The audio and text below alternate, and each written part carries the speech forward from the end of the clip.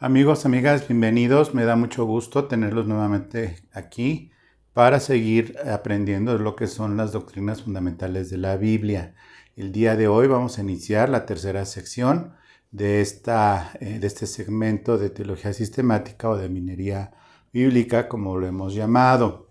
Como podemos ver aquí, son las doctrinas de la gracia, que es la tercera sección.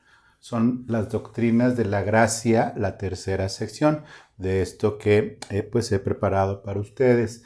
Hemos tenido dos secciones a recordar, son las doctrinas, todas las relacionadas doctrinas de Dios y lo que son las doctrinas del hombre. Fue la sección 1 y la sección 2. Para recordarte y ubicarnos en qué estamos, es importante, bueno, pues dar una repasada a esto. E iniciamos con lo que fue las doctrinas de Dios. Esto ya tenemos un tiempo con ello, que hemos estado avanzando. Y empezamos por ver las doctrinas de Dios, de las características de lo que es Dios. Y comenzamos, bueno, esto ya tiene tiempo, con la doctrina fundamental que es Dios único.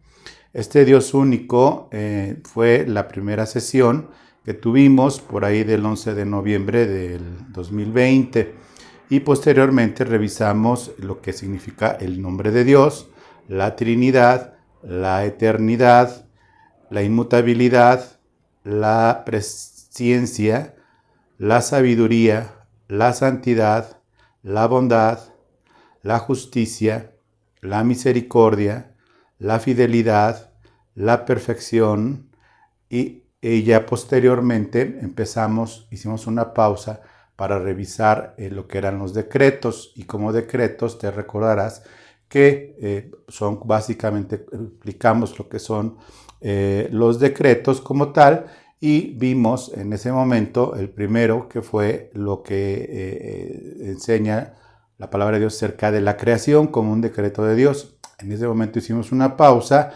y vimos una sesión de los decretos, ahí está también en este canal, lo que son los decretos y revisamos que ahí básicamente son 4 decretos, lejos de la doctrina y de lo que se enseña incluso a nivel secular, de que tienes que decretar prosperidad y eso, lejos de eso, vimos que hay 4 decretos en la palabra de Dios. El primero, que fue la creación, el segundo, la providencia, la tercera fue la salvación, que esta es la tercera, coincide con la tercera sección de nuestro curso, el tercer decreto, la salvación, y el cuarto decreto, lo que viene siendo el juicio final.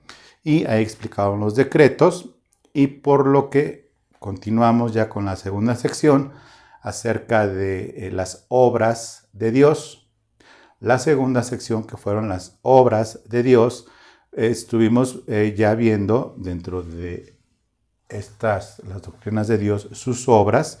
Bueno, la creación, y después, insisto, vimos lo de los decretos, y comenzamos a revisar la providencia como un decreto, ok, y después milagros, los pactos, posteriormente vimos todo lo que se refiere a los ángeles, tanto caídos como los ángeles buenos, la creación del humano. Hasta este momento nosotros empezamos a revisar lo que son ya las doctrinas del hombre.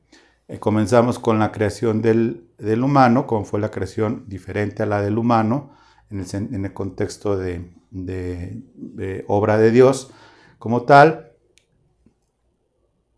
Vimos el pecado de Adán, el pecado heredado, la emancipación del pecador y también pues el mal común que tenemos como humanidad, que es nuestro adversario de Dios, que es Satanás. Y terminamos con 2 obras de este adversario de Dios y nuestro, que es el tormento, y la última sesión, que fue la pasada, fue la enfermedad. ¿Ok? Entonces tenemos hoy la tercera sección. Esta tercera sección, habiendo pasado por las doctrinas de Dios y sus obras, fue la doctrina del hombre y dejamos al hombre a nivel de creación y a nivel de pecado, a nivel de atormentado, a nivel todo lo que se refiere al hombre natural después de la caída y demás. Entonces, el día de hoy comenzamos con las doctrinas de la gracia. Las doctrinas de la gracia, como tal, se entienden todo su contexto y, por supuesto, dentro de las doctrinas de la gracia, como tercera sección, vamos a ir desglosando absolutamente todas estas doctrinas. Pero la primera y la más importante, vamos a ver el día de hoy, ¿cuál es el motivo de la salvación? ¿Cuál es el motivo supremo de la salvación? Como primera doctrina de las doctrinas de la gracia, debemos de entender la salvación desde el punto de vista de Dios y no desde el punto de vista antropológico del humano.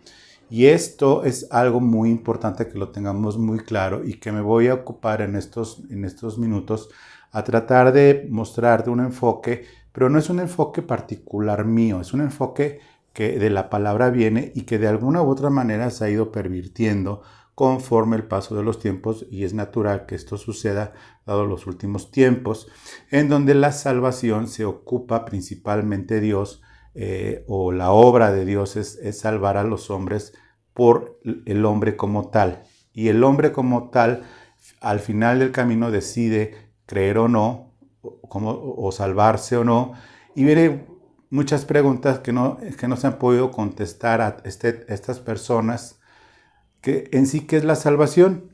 Y bueno, pues hay muchas respuestas que son algunas ciertas, algunas son equivocadas, pero que al final no descubren el motivo supremo del por qué hay salvación. Y en última instancia, ¿salvación de qué? Y la respuesta es, pues, ¿cómo te puedes salvar del infierno? Y para salvarse del infierno tienes que reconocer, pues, tu pecado y ser buena persona y ser cristiano. Y esto evidentemente está muy mal enfocado, porque aunque sí es cierto lo que se está afirmando, no es el motivo como tal, porque está centrado en el hombre. Dios, en su misericordia, nos ha dado salvación por medio de su Hijo Jesucristo, y hay un motivo supremo, que es el que hoy vamos a estudiar, y vamos a entender la salvación desde este punto de vista maravilloso que el Señor nos ha dado. Hablar de salvación, bueno, la Biblia utiliza la salvación en el sentido básicamente de ser librados, ser salvados, evitar alguna desgracia o evitar algún accidente o un peligro. Salvarse significa al final del camino estar libre, o haber salido de algo que iba a ser muy malo, pero pues ahora sí que la libró, es decir, se salvó. Se usa mucho esta expresión de la salvación, de se libró. Y sí, nos libró Dios del infierno, sí, nos libró Dios de todo lo que es el pecado, como ya vimos, la emancipación del pecado, del pecador, perdón, que en donde finalmente ya, pues ya fuimos librados y salvados de todo esto y demás, y a un futuro apartados de la ira de Dios. Y sí, pero esta palabra salvación es una palabra que está conjugada en todos los verbos a conocerse, o ya conocidos por los expertos del griego, de la palabra salvación en los tiempos de griego, de los tiempos verbales. El verbo salvar aparece prácticamente en todos los tiempos verbales, porque en un sentido fuimos salvados desde la fundación del mundo, fuimos siendo salvados por la obra de Dios en la historia, estamos salvados por estar en un estado de justificación, fuimos siendo salvados, y las siguientes, estamos siendo salvados en un presente perpetuo continuo, como yo le digo, el ser santificados o ser hechos santos mientras vivamos en este cuerpo, y seremos salvados cuando experimentemos la consumación de nuestra redención en el cielo. La palabra de Dios, la Biblia, nos habla de la salvación en términos del presente, del pasado y del futuro, como ya lo hemos enseñado. Fuimos salvados, estamos siendo salvados, seremos salvados, pero aquí está más a detalle la conjugación de todos los verbos. Falta uno, el auristo, que está por ahí metido, pero no es clase de griego. Entonces, vamos a entender esto, y es muy importante. La salvación no gira alrededor del hombre. No es por motivo del hombre en sí, del ser humano. No es porque Dios está tan solo en un universo que pues se creó criaturas pues simpaticonas, ¿no? Para que lo acompañen porque se sentía solo. He escuchado expresiones absurdas que Dios está enamorado de ti, por eso te salvó, porque pues eres maravilloso. Y varias expresiones que la verdad no vale mucho la pena mencionarlas, pero que están centradas en el hombre, es decir, en el género humano. Y sabes que la palabra de Dios nos indica con absoluta claridad cuál es el motivo supremo de la salvación. ¿Por qué Dios nos da salvación a seres humanos que nacimos en pecado, que estábamos perdidos, que a muchos no nos interesaba lo más mínimo la vida religiosa, y así lo entendíamos como que era el cristianismo confundido con otro tipo de cristianismo? No nos interesaba en lo más mínimo los caminos de Dios, porque finalmente pues hay muchos caminos que tomar. He oído testimonios que había personas que estaban buscando. Hace rato estaba oyendo una canción de por mucho tiempo busqué una razón para vivir y todo. Bueno, son algunas personas que estaban buscando y por la gracia de Dios el Señor los atrajo a sí mismos, ya habiendo sido predestinados. Pero habemos otros tantos que la verdad lo único que no buscábamos en esta vida era Dios. ¿Por qué? Porque no nos interesaba y porque no nos había ido tan mal, ¿no? Como se veía en ese entonces. Cuando vas avanzando en el Señor te vas dando cuenta que lo único importante de la salvación es Dios. No soy yo, ni eres tú, ni es el hecho de librarnos del infierno solamente, ni es el hecho de tenernos juntos porque nos ama mucho, lo cual es cierto, ni es otra cosa. El motivo supremo, como lo enseña, y voy a usar Efesios 1, solamente Efesios 1, del 1 al 14, vamos a ver y a entender que el motivo supremo de la salvación es que es para la alabanza de su gloria. Para la alabanza de su gloria, ese es el motivo supremo de la salvación. No hay más motivos que para la alabanza de su gloria, y esto lo vamos a leer desde el versículo 1 hasta el versículo 14, como estoy aquí indicándolo. ¿Ok? Entonces yo te lo voy a leer, pon atención por favor, o si lo quieres leer, hazlo por favor. Efesios 1, empezando por el versículo 1 al 14, dice: Pablo, apóstol de Jesucristo por la voluntad de Dios, no por su propia voluntad, a los santos y fieles, tanto santos como fieles en Cristo Jesús, que están en Éfeso. Es decir, eran santos, eran fieles, pero estaban en esta ciudad. Dice: gracia y paz a vosotros, de Dios nuestro Padre y del Señor Jesucristo. Empieza el versículo 3, bendito sea Dios y Padre de nuestro Señor Jesucristo, que nos bendijo en toda bendición espiritual en los lugares celestiales en Cristo Jesús. Entonces estaban en Éfeso, pero también estaban en lugares celestiales. ¿Cómo es esto? Bueno, pues está muy fácil de explicar. Esto sabemos que nosotros no podemos estar en dos lugares al mismo tiempo, solamente no hay una separación de nosotros. Entonces estaban ellos en Éfeso y en lugares celestiales. Nosotros estamos aquí en la Ciudad de México y estamos en lugares celestiales. ¿Cómo es posible esto? Porque hay dos dimensiones, que es esta, la natural y la espiritual, y en la espiritual estamos en Cristo, en esos lugares celestiales. Nuestro espíritu está en Cristo, aquí adentro de nosotros, y dentro de nosotros está en eso, es lo que es, estamos en Cristo, y lo explicaré en alguna conferencia futura. Versículo 4, según nos escogió en Él antes de la fundación del mundo, para que fuésemos santos y sin mancha delante de Él.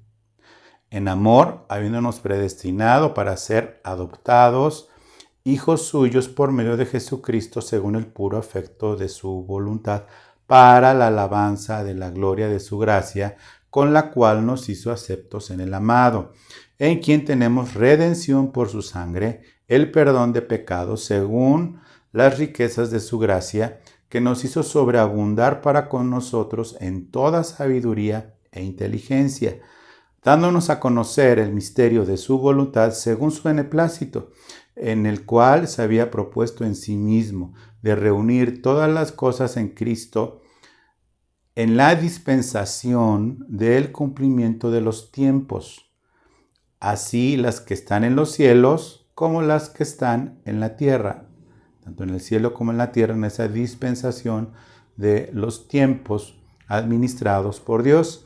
En él así tuvimos herencia, habiendo sido predestinados conforme al propósito del que hace todas las cosas según el designio de su voluntad, a fin de que seamos para alabanza de su gloria, nosotros los que primeramente esperábamos en Cristo.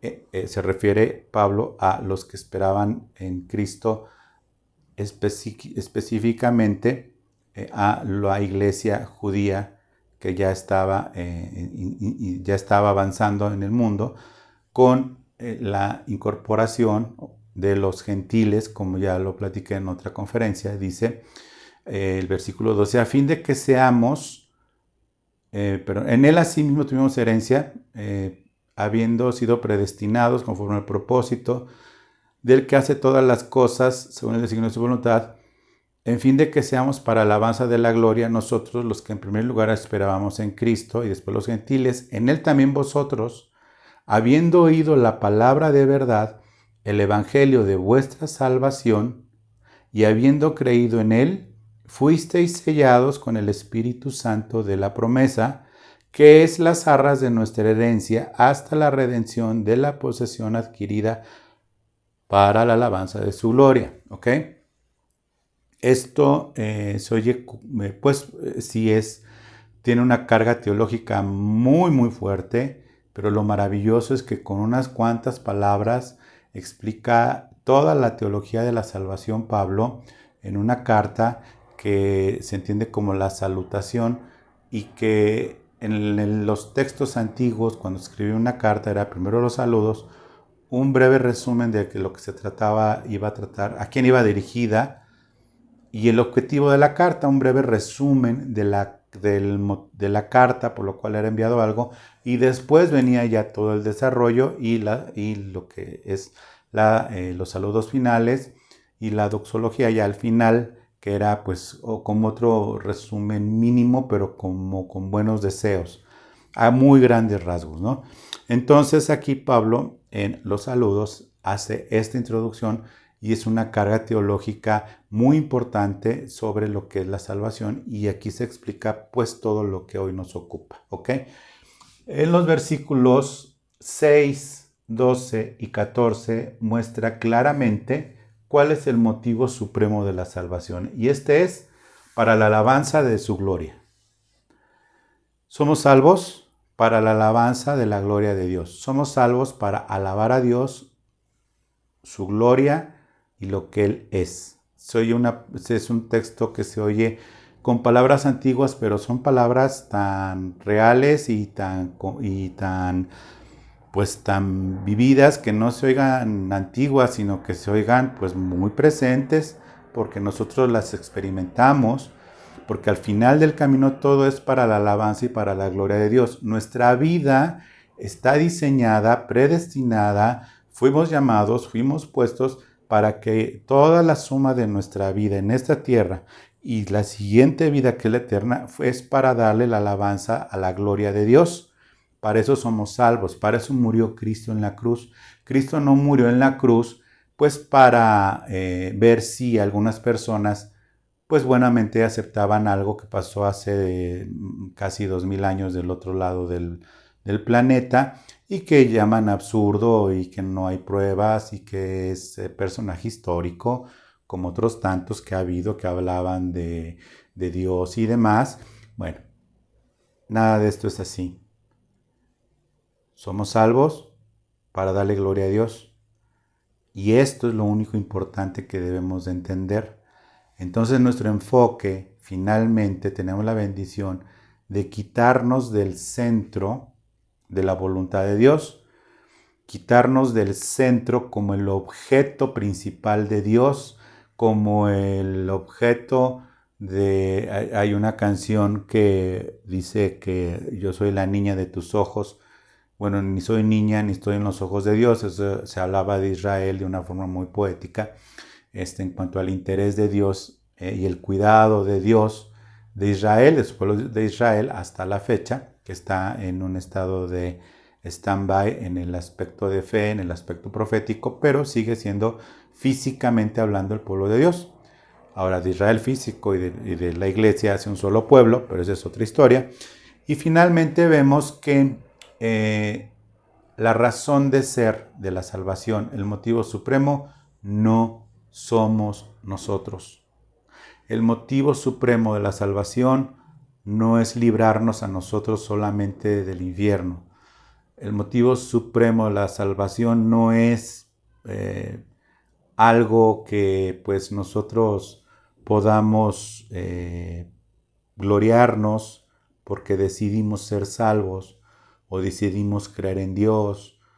No, es para la alabanza de su gloria. Versículo 6 dice, para la alabanza de su gracia, de la gloria de su gracia, con la cual nos hizo aceptos en el amado. Versículo 12, a fin de que seamos para alabanza de su gloria, nosotros los que primeramente esperábamos en Cristo Jesús. Versículo 14, que es las arras de nuestra herencia hasta la redención de la posesión adquirida para la alabanza de su gloria. Entonces está muy claro para nosotros, para la alabanza de su gloria. Y entonces vamos desglosando esto, que finalmente es la columna vertebral de todas las doctrinas de la gracia. Aquí en estas doctrinas de la gracia las iremos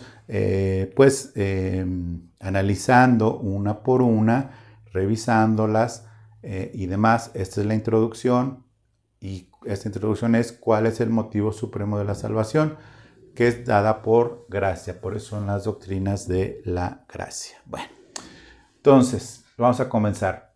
En primer lugar, en esta alabanza de su gloria, nosotros vemos que la primera parte se refiere a la elección del Padre. Somos salvados, seremos salvados porque el Padre hizo una elección. Y elección significa este sí, este no, este sí, este no, este sí, este no. Y no hay ninguna participación, ni los de por parte de que sí, ni de los de por parte de que no. Pero esta elección la hizo antes de que se creara el mundo. No es tanto como el trauma infantil de muchos niños, que vamos a jugar fútbol y los dos líderes, ¿tú a quién escoges? Pues yo a este, y tú a este, yo a este. Y no falta el trauma de Pepito, que se quedaba solo viendo, ¿y quién escoge a este? No, pues nadie. O sea, no es así. Los elegidos, los que no están en esa elección, ni siquiera sabrán que hubo una elección, ni siquiera sabrán que hubo un Dios, ni siquiera sabrán algo que le puedan reclamar. ¿Por qué? Porque Dios es soberano. Y en esa soberanía hubo una elección, y esto está explicado desde el versículo 4 al 6, donde resalta una palabra que es predestinación, que es una de las doctrinas de la gracia que la estudiaremos en su momento, pero vamos a ver esta elección del versículo 4 al 6. Del versículo 4 al 6 se presenta esta elección, dice, según nos escogió en él antes de la fundación del mundo, para que fuésemos santos y sin mancha delante de él. No hay ninguna participación humana tampoco aquí. Es decir, aquellos que pues tienen la intención de ganarse a Dios o de meterse en una religión y apartarse y ser santos y tal, no sirve absolutamente para nada si no es porque Dios hizo y seguirá haciendo esta obra de elección, y que nos está haciendo santos y sin mancha delante de él por él mismo, por esa elección. Versículo 5, en amor, habiéndonos predestinado para ser adoptados hijos suyos. Se usa el verbo adoptado por la diferencia que hay de haber nacido físicamente con una naturaleza distinta a la de Dios, es decir, la naturaleza de pecado que ya estudiamos en las sesiones anteriores, y por eso, al ser de diferente genética, humanamente hablando, no existe el ADN espiritual, eso es una aberración. Pues fuimos adoptados como adopta una persona adopta a otra persona, una familia adopta a otra persona que no era parte de esa línea generacional, sino que viene de fuera. Esa es adoptado. Nosotros venimos de fuera, fuimos adoptados. ¿Por qué? Porque veníamos de un reino de tinieblas con una naturaleza pecadora y Dios nos adoptó, pero no se queda ahí. Al ser adoptados hijos suyos por medio de Jesucristo, según el puro afecto de su voluntad. ¿Qué significa esto? Según el puro, según el puro efecto. Dice afecto de su voluntad. Esa palabra afecto de su voluntad, según el amor en Él, para escogernos de acuerdo con ese amor, movido por ese amor, nos escogió para adoptarnos. Y por supuesto, dice en el versículo 6, el motivo, para la alabanza de la gloria de su gracia, ¿ok? Con la cual nos hizo aceptos en el amado, para poder estar dentro de la eternidad con Dios para siempre, en la eternidad, habiendo sido adoptados suyos, es porque nos hizo aceptos en su voluntad. ¿Aceptos en quién? En el amado, es con mayúscula, se refiere a Jesucristo, ¿ok? Entonces, la primera parte, hubo una elección del Padre de acuerdo con su voluntad, nos adoptó, y porque ya nos había predestinado desde antes de la fundación del mundo. No es algo que Dios no haya planeado al momento de la creación, como ya lo vimos, al momento de crear al ser humano, ya estaban en la omnisciencia y poder de Dios todos nuestros nombres que están escritos en el libro de la vida, a los que por su gracia Dios hizo esa elección, y dentro de esa elección estamos nosotros. Si tú me estás oyendo, no puedes tener la duda de que si, híjole, yo habré sido elegido por Dios y tal, y qué tal si yo no fui elegido. No estarías oyendo esto y mucho menos tendrías fe para escucharlo. Si tú estás viendo esto por error o por morbo o por tener argumentos para pelear contra la doctrina de la predestinación, pues la buena noticia es que ese interés de combatir la doctrina de la predestinación, como es el caso bautista, como tal, bueno, al final tienes ese interés y eres elegido de Dios, porque la multiforme sabiduría de Dios permite que haya diferentes corrientes doctrinales sin salirse de la multiforme sabiduría de Dios. Entonces, tampoco te debe de preocupar. ¿Sí me estoy explicando? Espero que sí, y me voy a seguir explicando de mejor manera, leerte. Al habernos hecho aceptos y predestinados, es redención del Hijo, que viene descrita del versículo 7 al 12. Es decir, vamos a leerlo. En quien tenemos redención por su sangre, el perdón de pecados según la riqueza de su gracia, que hizo sobreabundar para con nosotros en toda sabiduría e inteligencia, dándonos a conocer el misterio de su voluntad según su beneplácito, el cual se había propuesto en sí mismo. Versículo 10, de reunir todas las cosas en Cristo, en la dispensación del cumplimiento de los tiempos, así las que están en los cielos como las que están en la tierra, y en él asimismo tuvimos herencia, habiendo sido predestinados, nuevamente dice la palabra, conforme al propósito del que hace todas las cosas, de acuerdo con la providencia, según el designio de su voluntad. Todas las cosas, ¿sabes qué significan todas las cosas? Todas las cosas. ¿De quién? De todos. ¿Y de quiénes en particular? De los que fueron predestinados. Versículo 12, a fin de que seamos para la alabanza de su gloria, nosotros los que primeramente esperábamos en Cristo Jesús. Seamos para alabanza de su gloria. Bueno, aquí hay varios puntos. El primero es el tema de la redención. Redención y salvación no es lo mismo. La palabra redención es una palabra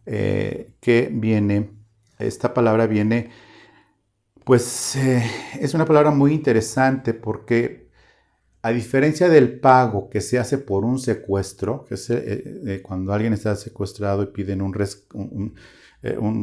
rescate para ser liberado, esta palabra redención en el contexto del lenguaje en griego y de la cultura que había antes bueno, o de escultura que había antes, valga la expresión, redención es la imagen de esta escena que había, imagínate, en un mercado de esclavos, como lamentablemente había, sobre todo en Roma. Se ven pues que había un mercado especial, así como se vendían verduras, se vendían personas, ¿ok? Entonces alguien iba y pagaba el rescate de esa persona, de esa persona que la tenía como esclava, pagaba, y ahí viene la palabra redención. Redención es el pago para poder redimir. Redención, redimir a alguien de la esclavitud de esa persona, pero en aquel entonces esa persona no era para decirle, vete, busca tu libertad y procura estudiar una carrera. No, no, no. Se lo quedaba de esclavo también. Se usa esta palabra redención porque el pago, como está claramente descrito, siendo justificados gratuitamente por su gracia mediante la redención que es en Cristo Jesús, quien Dios puso como propiciación, es decir, como el sacrificio por medio de su sangre. Por medio de su sangre. Estoy leyendo Romanos 3, 23, Romanos 3:25 dice, a quien Dios puso como propiciación por medio de la fe en su sangre para manifestar su justicia a causa de haber pasado por alto con paciencia los pecados pasados. Esta palabra, redención, se usa en ese contexto desde el versículo 24, siendo justificados gratuitamente por su gracia mediante la redención que es en Cristo Jesús. Entonces, al pagar el rescate, le pertenecemos a Jesús, porque el precio para podernos rescatar de la naturaleza pecadora y podernos rescatar y traer para ser adoptados hijos suyos del Padre no fue gratis, no fue porque no hubo ningún costo para Dios mismo. Él sabía que al caer la humanidad, esos que había escogido, había que pagar por ellos porque la humanidad iba a caer en pecado e iba a reproducirse en pecado, pero Dios en su misericordia, Dios Hijo, aceptó que fuera el pago para podernos redimir y rescatar y salvar. ¿Ok? Entonces, por eso Pablo se considera justamente esclavo de Cristo. Sin embargo, no nos trata como esclavos, nos trata como hijos. Pero en el servicio a Dios, nuestro Padre, en agradecimiento, pues debemos de vivir como esclavos de Cristo. Porque eso somos en el sentido no de esclavitud fuera de nuestra voluntad. Voluntariamente nosotros es en donde entra si acaso algo de humanidad, es decir, es el reconocer esto por la fe dada por Dios. Fuimos comprados y tenemos un compromiso con Cristo porque Él pagó por nuestra redención. Entonces hay que dejar de malbaratar el Evangelio, insistiéndole a las personas, por favor, cree. De veras, cree que mira, Dios es bueno y te ama y deja de pecar y pórtate bien. ¿Sabes qué? No. Hubo un precio. Ese precio lo pagó Cristo para ser redimidos, ser rescatados. Rescatados de esa manera vana de vivir, rescatados de esa manera de vivir lejos de Dios, lejos de los pactos, lejos del entendimiento, lejos de la vida pasajera. Nos redimió, costó su sangre. Al, al redimirnos por esta elección, por esta redención del Hijo, es obtener esa libertad y bueno, el castigo fue sobre Dios. Esta palabra redención aparece 10 veces en el Nuevo Testamento, en donde de esas 10 veces 2 aparecen en Romanos, como acabo de leer 3:24, en Romanos 8:23, que habla ya de la redención, pero de nuestro cuerpo físico a través de la resurrección. Ese es otro tema que lo vamos a estudiar como doctrinas de la gracia. Se usa en 1 Corintios 1:30, que Cristo nos ha sido hecho por Dios sabiduría, justificación, santificación y redención para esta vida, pero para una futura vida. Y estas 2 veces que acabo de leer en Efesios, una en el 7 y otra en el versículo 14, que lo vamos a leer ahorita. Y en Efesios 4:30 habla también, y te lo voy a leer, que hablando del Espíritu Santo, que es las arras de nuestra herencia hasta la redención de la posesión adquirida para la alabanza de su gloria. Aquí está hablando de una redención de la posesión. ¿Cuál es la liberación de esa posesión? La vida eterna, es decir, la redención de la posesión adquirida es nuestra herencia que vamos a recibir como hijos adoptivos, que es el reino de Dios, así como lo oyes. La liberación que dice aquí, fuimos sellados por el Espíritu, sello del Espíritu de propiedad, como en un testamento, que al abrirse va a haber la herencia, por eso somos coherederos con Cristo Jesús, la redención de la posesión adquirida. La posesión adquirida es la herencia. Somos coherederos con Cristo de la vida eterna y del reino de Dios. ¿Cuál es nuestra herencia? Cuando cantamos "Eres nuestra herencia", a veces ni siquiera sabemos cuál es nuestra herencia. Bueno, nuestra herencia es el reino de Dios junto con Cristo. Esa es nuestra herencia. Nuestro premio no es la vida eterna. Nuestro premio no es no irnos al infierno. Nuestra herencia legal comprada por Cristo, nuestra herencia legal, tan legal como es un testamento, y dice que algo le pertenece a alguien porque el propietario se lo dejó, el propietario del reino se lo hereda al hijo y a los hijos adoptivos, a sus hermanos, que se goza con nosotros Cristo y recibirá el reino junto con esos adoptados, que le doy gracias a Dios, de esos adoptados entre los cuales estamos nosotros.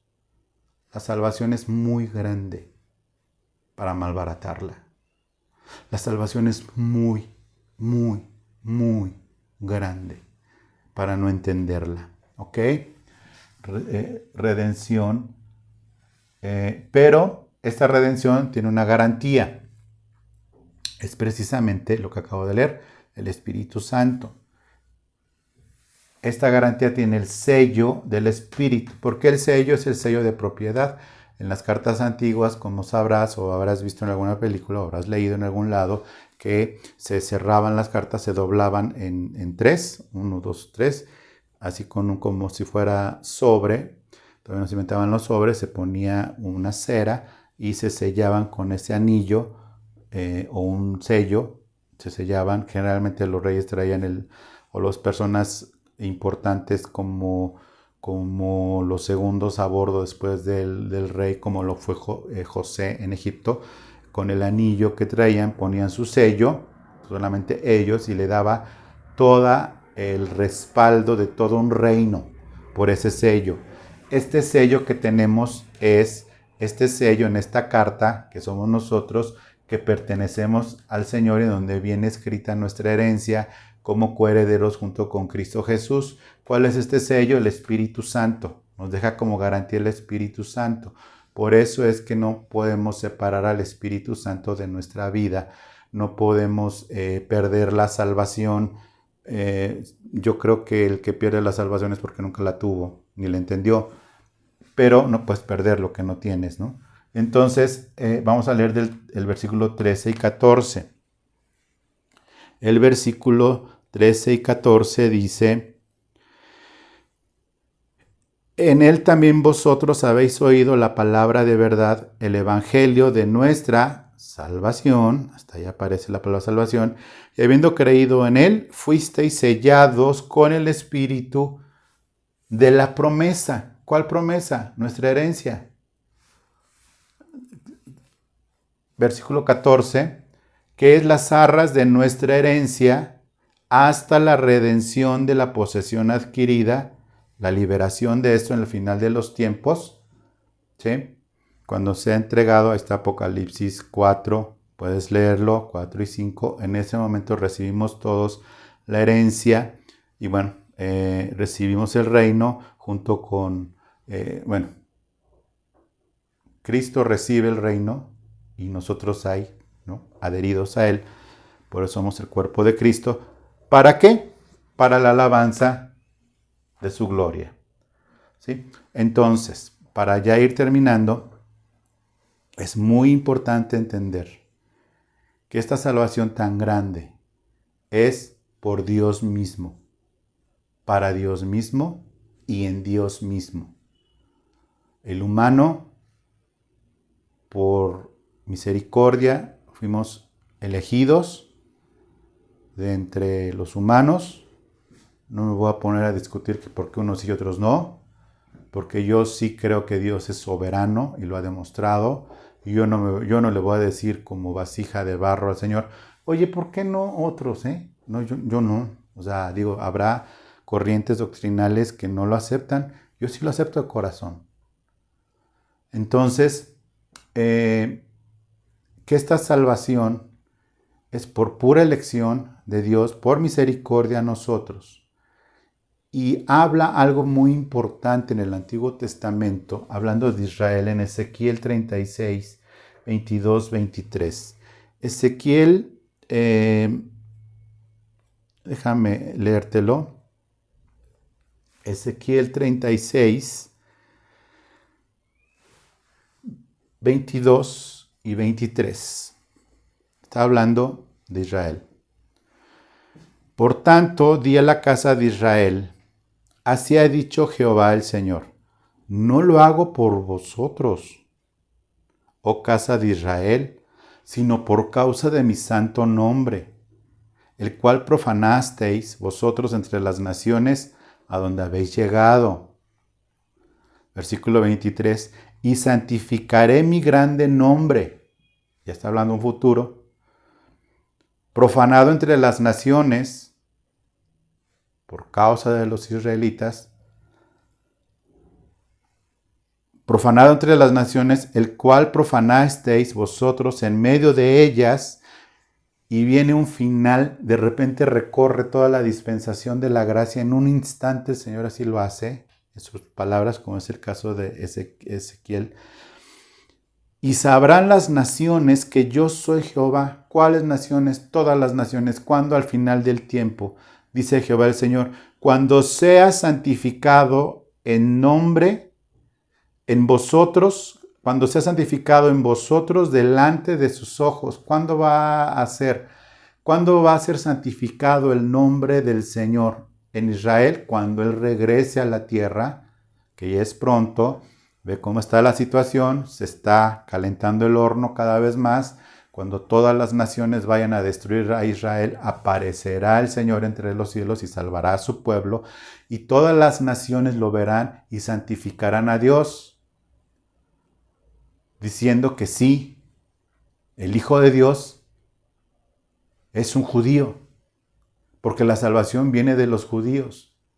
Y entonces, ya habiendo pasado el Apocalipsis, habiendo pasado, la gran tribulación y habiendo ya destruido al falso profeta y al anticristo y habiendo hecho ya todo lo que viene en Apocalipsis, va a venir un milenio de reinado de Cristo por medio de David, resucitado, por supuesto, a las naciones que hayan quedado, y será santificado por siempre el nombre de Dios por todas las naciones que hayan pasado o sobrevivido a la gran tribulación, y entonces será santificado el Señor en todas las naciones. Y eso entonces significa no es por nosotros tampoco, si no es por los israelitas, pues tampoco es por nosotros los gentiles. Nuestra salvación es para santificar su nombre. Es para alabanza de su gloria. Y darle la alabanza de su gloria, ¿sabes cómo es? Santificando su nombre. ¿Cómo? Aquí lo dice, cuando sea santificado en vosotros delante de sus ojos. Lo voy a volver a leer, para que aprendas qué es santificar a Dios. Dice, y santificaré mi grande nombre profanado entre las naciones, el cual profanasteis vosotros en medio de ellas. Y sabrán las naciones que yo soy Jehová, dice Jehová el Señor, cuando sea santificado en vosotros delante de sus ojos de todas las naciones. Hoy su nombre es santificado en nosotros de las personas que nos ven. ¿Por qué? Porque estamos sellados por el Espíritu Santo. Que tus obras de la carne todavía no permitan demostrarlo a los demás, esa es otra historia, lo vamos a ver, porque vimos la carnalidad, ¿te acuerdas que quedó pendiente entre las obras del enemigo, tormento, enfermedad y lo que es carnalidad? Esa carnalidad es la que impide que el nombre de Dios sea santificado a los ojos de los demás, es decir, santificar el nombre es que vean a Dios y digan, es Dios en esta persona. Entonces, por eso el Señor habla claramente, nos enseña a orar en Lucas 11, del 1 al 4. Esta es la razón por la cual, habiendo tantas cosas por orar, cuando le pidieron a Jesús, enséñanos a orar, dijo, ¿cómo no? Señor, te pido que mis hijos pasen de año, que no me agarre la pandemia y que encuentre chamba fulano. No. El Señor dice, Lucas 11, 1, aconteció que estaba Jesús orando en un lugar y cuando terminó, uno de sus discípulos le dijo, Señor, enséñanos a orar. Ah, qué bonito. Como también Juan enseñó a sus discípulos. Ay, medio se rompió la belleza. Versículo 2. Y les dijo Jesús, cuando oréis, decid, Padre nuestro que estás en los cielos, santificado sea tu nombre, venga tu reino, haga al final de los tiempos, venga tu reino y se haga tu voluntad, así como en el cielo, se haga aquí también en la tierra. ¿Sí?